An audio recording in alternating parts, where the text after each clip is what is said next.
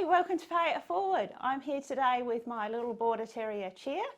She's going to be helping us with today's project. She's modelling a beautiful little polar fleece dog scarf that we're going to be making today. You may remember Cheer from an earlier video that I have on how to make a dog bandana. You can certainly check that one out. Cheer's a little older now, so am I. She's a little greyer now, and well, so am I, never mind. So this little project, you may have seen it, people are selling them in little dog boutiques and certainly on Etsy online. This is my version of it, and it'll save you a few dollars. You can make them up for yourself in so many colours. Dogs really like wearing them actually because they're very, very soft, made of the polar fleece. They're so quick and easy to make. I've given you a couple of measurements. You need to just click on the link in the description below.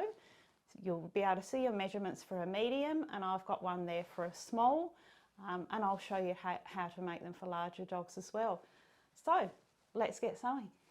So to start making our little dog scarf today, I've got a couple of measurements for you. I'm going to be demonstrating today in the medium size, which is the size that is on Cheer here.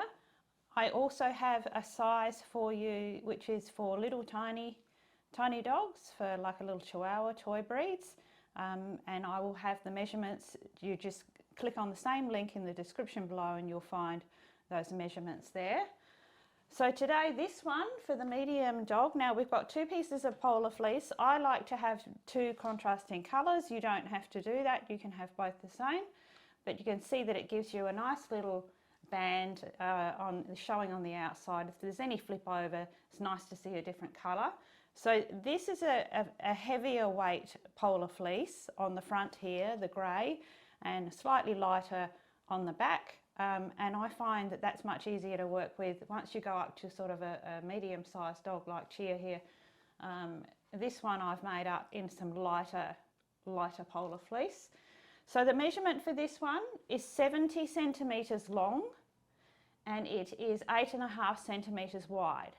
So you just cut 2 of them, and I've got right sides together, and I've just pinned that all the way. And then we're just going to make a little mark from one edge, and that is 6 centimetres from the edge. We make a little mark on each side. So 6 centimetres in, and that's our stitching line. Now your sewing, your seam allowance is about a 1/4 inch, or I say about 5 to 6 millimetres, and where we're going to be sewing is just a straight stitch on the machine. We're going to start at this little mark that you've made here, and you're going to make your way all the way down, right the way across the bottom and all the way back up to your other mark here, and make sure you're really back and forward on your start and finish. So I'm going to go and sew that one on the machine. I have my stitching all done. You can see on my corners here, I've just trimmed off those corners there and just trimmed off that top line there so we can get a nice point out. Now I'm just going to turn this one through, which is quite an easy job with the polar fleece. You can see how cold it is here today because Cheer's actually shivering. You'll warm up, darling. Take those pins out, and we're going to pull that one all the way through, and again I'm going to get in there with my knitting needle, and I'm just going to get those corners pushed right out because we're going to do some top stitching right around the edges here. So really push them out. Fabric's pretty bulky, but it's not hard to work with. I like sewing with polar fleece, which is not like me. I usually like a really, solid sort of rigid fabric, but polar fleece seems to do as it's told. And of course, it's not expensive, so you can make so many of these in so many colours. So I'm going to push those seams out, and I'm going to roll those seams out so that they're nice and pushed out all the way. And I'm going to take this strip now to back to my iron, and I'm going to give it just a little press, just so that all those seams are pushed out well. So now I've got that one nicely pressed, and the next step now is we're going to go back to the machine. We'll start at this end here, And right where our little marks were, from where our stitching finishes, that's our starting point. We're going to sew a top stitch from this side straight across to the other side, but we're going to be having the same kind of seam allowance. It's around about 1/4 inch. So remember that we start 1/4 inch in. So we're going to sew straight across, which will seal off that little scarf end. And then we're going to top stitch around the entire outside edge of that little scarf. Cheer, cheer. Can you show me your scarf? Thank you. As you can see here, we've got that lovely little finish across the edge and it comes up all the way around. Just gives it a really, really professional finish. You can see that top stitching all done. I've gone right the way around and I've got my little end closed off there. So our next step is just to cut. Because polar fleece doesn't fray, which is why we're using it for these little scarves, also because dogs absolutely love it because it's soft and it's warm. Cheer seems to have warmed up now, haven't you, darling? You look a bit warmer. The shivering has stopped. So we're just going to cut the little tassels in. And that's just as simple as making our way up. Make your first one right close to the edge there. They can be as wide or as narrow as you like. And we're just going to cut with one nice clean cut with our scissors up as far as we can. You don't have to get right up to that line of stitching. And it's just a matter of keeping them nice and even. And we do one side first. And I'll cut all the way along that one, and then we flip it over and we do exactly the same with the other side here. There's my little tassels, so they're all cut and ready. So our next step is to look at doing our little fold over. Now the way that the scarf works is that there's a little fold over here and we're going to stitch that in place, and then this end just tucks through. And it tucks through. But what I like to do is I like to add a couple of little buttons. You don't have to do this, but I just think it makes it look, it's really smart, gives it a lovely finish. So what you want to do is your fold over on this size, the medium size, is 6 centimetres.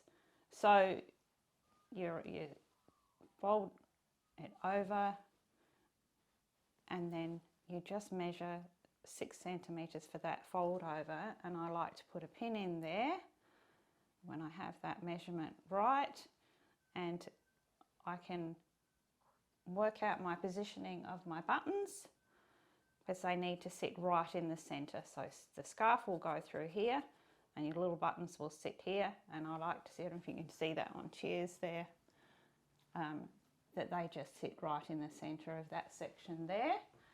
So I'm going to put my little pin in so I know exactly where to put them. I don't need kisses, thank you, darling.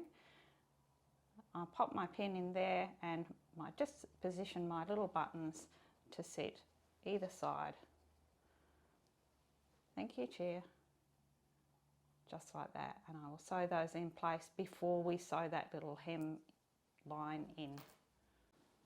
My buttons are all in place, and my next step now is to sew that little seam just to close off that little, make that little hem pocket for our other end of our scarf. So I've got that one pinned into place, which is your 6 centimetres, and I'm going to sew it from behind, and I'm going to sew just over that same top stitching line just to keep it all neat and tidy. It's nice for it to be neat on the back.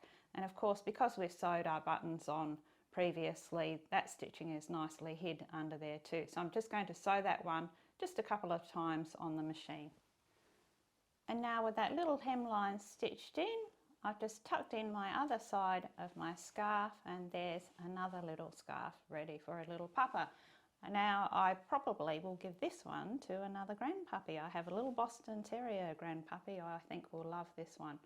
So you can see that they're so quick and easy to make, really great for craft fairs.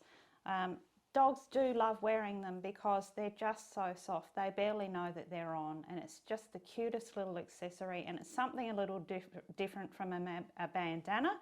If you do like bandanas, I do have a great video that I mentioned before of how to make a fold over dog bandana, and they're really great too, so check that one out. So I hope you've enjoyed sewing this little one with us. Well, look who's joined us. It's Cupie, my little grandpuppy Cupie. You may also remember Cupie from some videos a long time ago. She was a lot tinier then, so she's modelling the little version for us. She's with us for a little while on holiday because of the whole horrible COVID-19 crisis. So we're looking after her, and I couldn't leave her out. Thank you, Cupie. So she hates to be left out anyway. So thank you for joining me today. I hope you've enjoyed meeting little Chia again, or reuniting with her. I hope you've enjoyed this video. If you have, you could give me a thumbs up. That would be absolutely beaut.